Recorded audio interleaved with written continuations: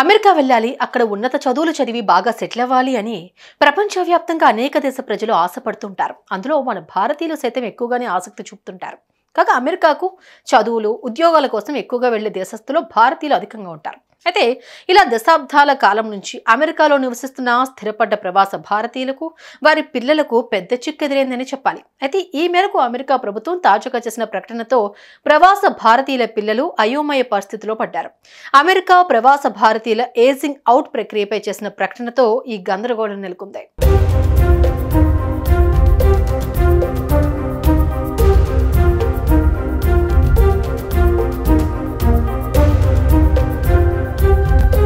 అమెరికాలోకి చిన్న వయసులో తల్లిదండ్రులతో కలిసొచ్చి అక్కడే పెరిగి అక్కడే చదువుకుని తాము కూడా అమెరికన్లమే అని భావించే 2,50,000 మంది పిల్లలను మీది అమెరికా కాదు, మీరు మీ స్వదేశం వెళ్లాల్సిందే అని అమెరికా చట్టాల్లోని నిబంధనలు చెబుతున్నాయి. చట్టబద్ధమైన వలసదారులు అంటే టెంపరరీ వర్క్ వీసాపై అమెరికాకు వచ్చేవారు తమతో పాటు పిల్లలను డిపెండెంట్లుగా తీసుకొస్తారు. అక్కడే వారికి విద్యాబుద్ధులు నేర్పిస్తారు. అయితే అమెరికా చట్టాల ప్రకారం ఆ పిల్లలకు 21 ఏళ్లు నిండగానే వారికి డిపెండెంట్ హోదా ముగుస్తుంది. అంటే వారు డిపెండెంట్లుగా అమెరికాలో నివసించడానికి అర్హత కోల్పోతారు. 21 ఏళ్లు నిండిన తర్వాత వారిని యునైటెడ్ స్టేట్స్ నుంచి బహిష్కరించబడే ప్రమాదం ఉంది. యుఎస్ లో ఈ సమస్యను ఏజింగ్ అవుట్ అని, ఈ పిల్లలనే డాక్యుమెంటెడ్ డ్రీమర్స్ అంటున్నారు. అమెరికా ఇమిగ్రేషన్ చట్టాలు, ఇమిగ్రేషన్ అండ్ నేషనాలిటీ యాక్ట్ ప్రకారం ప్రవాసుల పిల్లలకు 21 ఏళ్లు వచ్చేసరికి వారి తల్లిదండ్రులు గ్రీన్ కార్డు పొందకపోతే ఆ పిల్లలు అమెరికాను విడిచిపెట్టాలని నిర్దేశిస్తున్నాయి.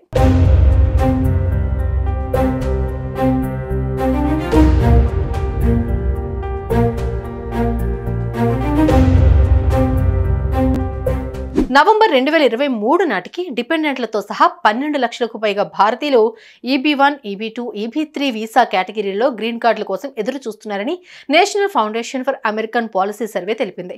ఈ నేపథ్యంలో వీరి భవిష్యత్ ఇప్పుడు దిక్కుతోచని స్థితిలో ఉంది. ఉద్యోగాల మీద అమెరికా వచ్చే తల్లిదండ్రుల వెంట వారి పిల్లల్ని నాన్ ఇమిగ్రెంట్ వీసా కేటగిరీలో తాత్కాలికంగా అనుమతిస్తారు. పిల్లలకు 21 ఏళ్లు నిండేలోపు తల్లిదండ్రులకు గ్రీన్ కార్డు వస్తే వారికి శాశ్వత నివాసం దొరికినట్లే. అలా కాకుండా 21 ఏళ్లు నిండేలోపు గ్రీన్ కార్డ్ రాకుంటే వారి తాత్కాలిక డిపెండెంట్ వీసా హోదా రద్దవుతుంది. దీన్నే ఏజ్ అవుట్ అంటారు. వారి పేరు తల్లిదండ్రుల గ్రీన్ కార్డ్ దరఖాస్తు నుంచి తొలగిపోతుంది. ఫలితంగా అమెరికా నుంచి పంపించేస్తారు. లేదంటే అక్కడే ఉండటానికి మరో రకం తాత్కాలిక వీసాలను దరఖాస్తు చేసుకోవాలి. అందుకు వీలు లేకుంటే అమెరికాను వదిలి వెళ్లాల్సిందే. గత నవంబర్ నాటికి 10 లక్షల మందికి పైగా భారతీయులు గ్రీన్ కార్డ్ అనుమతి కోసం ఎదురు చూస్తున్నారని America citizenship immigration services report తెలిపింది.